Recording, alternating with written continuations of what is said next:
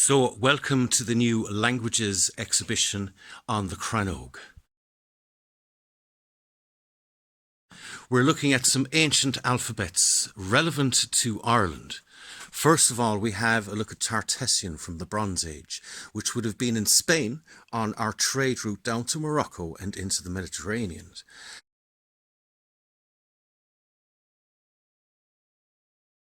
Then we have Ogham, our favourite, of course.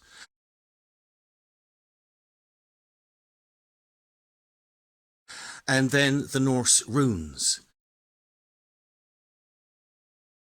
Now, when looking at the runes, or indeed the Tartessian, we can see some similarity, but when it comes to Ogham, it looks like a numeric system, which of course it operates as a base 20 counting system as well.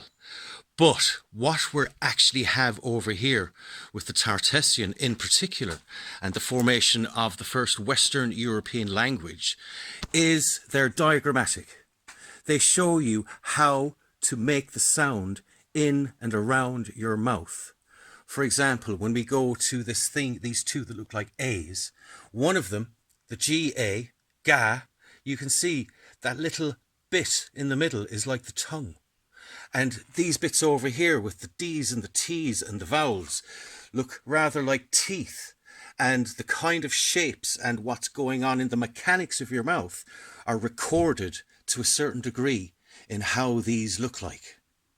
So when considering that, we can see that since then, as we go through Greek and the runes and various other ancient languages, that things get turned upside down, back to front, and we end up with the alphabet we actually use now. But of course, Ogham was a code. So the ancient poets of Ireland were actually coding information, so virtually no one else could read it. And we can only surmise that by 300 AD, they began to realize that more and more people were becoming literate in the system, not just the elite poets and the bards. So this is why I believe we started carving it in the first place. And it could have been in use for many, many years beforehand with the poetry staves. Mythologically, Ogham is attributed to Oma or Ogma, who would have been a Bronze Age person with the two-headed Downen. And with Tartessian, I can only say the Gaels would have known it, and it becomes more relevant with the absence of actual Celtic tribe markers with the DNA that the archaeologists have found so far, which is next to nothing in terms of Ireland. So when we get to the runes, we still have some sense of how to make these shapes in your mouth.